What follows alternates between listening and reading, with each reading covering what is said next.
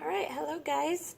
So you're watching this video if you were absent for lesson 4.1. If you were in class, you shouldn't have to watch this lesson because we did it in class. But if maybe you're stuck on something and you're rewatching it just to kind of get some ideas or something like that, that's fine. But the only reason you should be watching this is if you were absent.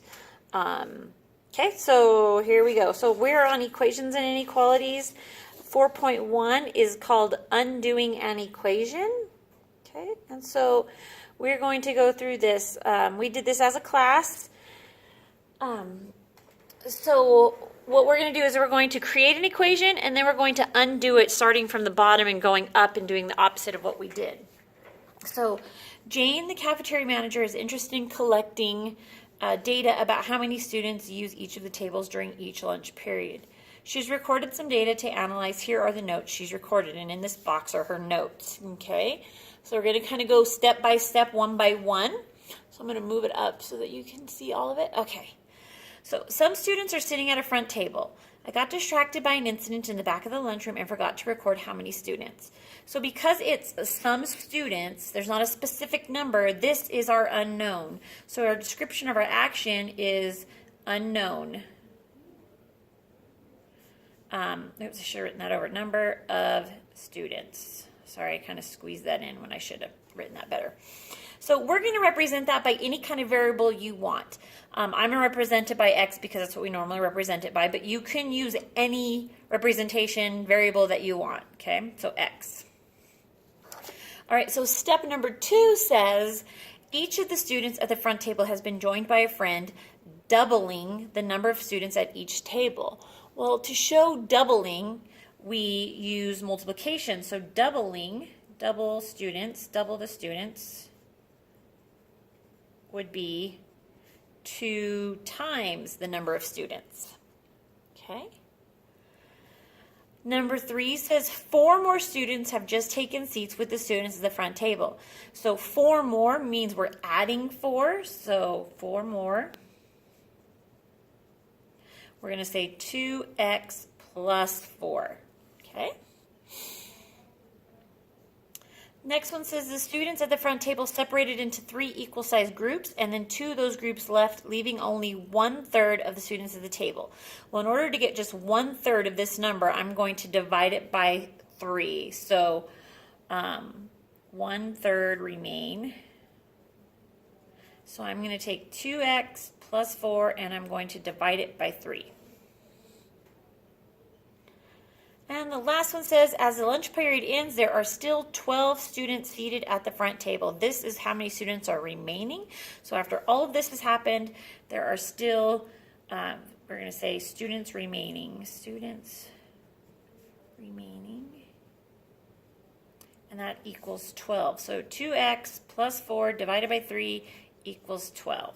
Okay? So now what we're going to do is we're going to take this and we're going to undo the equation doing the opposite action that we did here. So now I'm going to start here and I'm going to work my way up. So the first thing I have is how many students were left. Number of students remaining was 12. Okay? Then here what I did was I said there was a third remaining. Oops. Should say remaining, which meant I divided by 3. So now I'm going to do the opposite of dividing by 3, which is multiply by 3. So 12 times 3 equals 36. Okay, and then here I added 4, so the opposite of adding 4 is subtracting 4, so I'm going to subtract 4. Okay, so 36 minus 4 is 32. Then here I doubled or I multiplied by 2. So the opposite of multiplying by 2 is dividing by 2. Okay, so 32 divided by 2 gives me 16. And then my unknown number of students, so now I've solved for unknown, and that is x equals this number here, 16. So we went like this, boop, boop,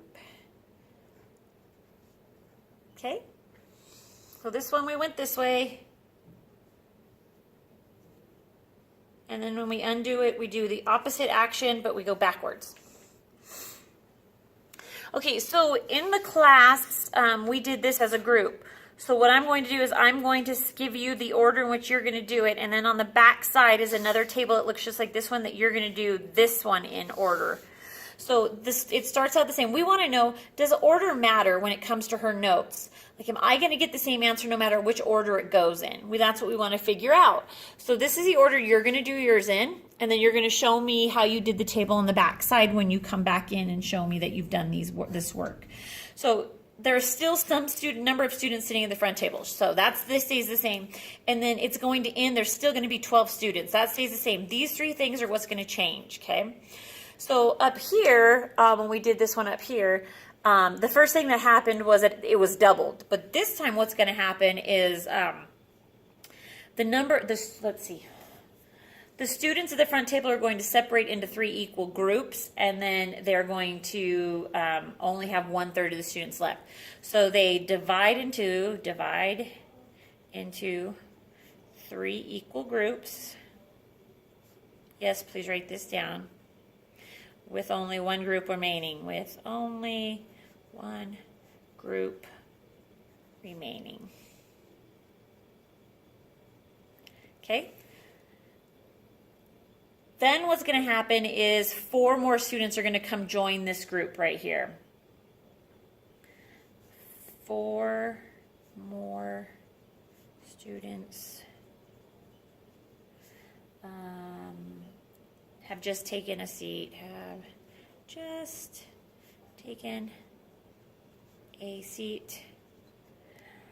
with the students at the front table, with the students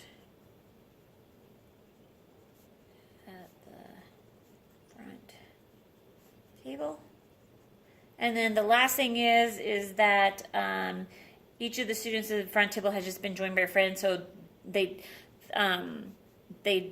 number of students doubled.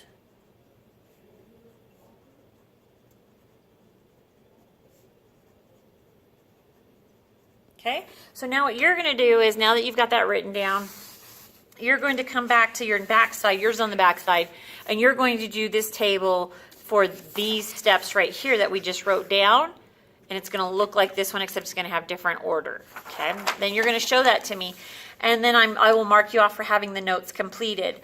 This part of your notes right here is for you to show your work on your assignment. Now, if you haven't figured it out yet, your assignment is actually on Unified Classroom.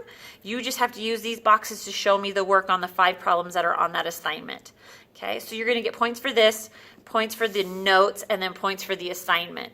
So make sure that you do this part as well. So you could do this part and then this part if you wanted to wait and show me them both at the same time.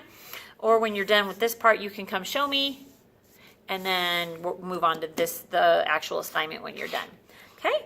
All right, that's all. Thanks, guys. Oh, yeah, that's all.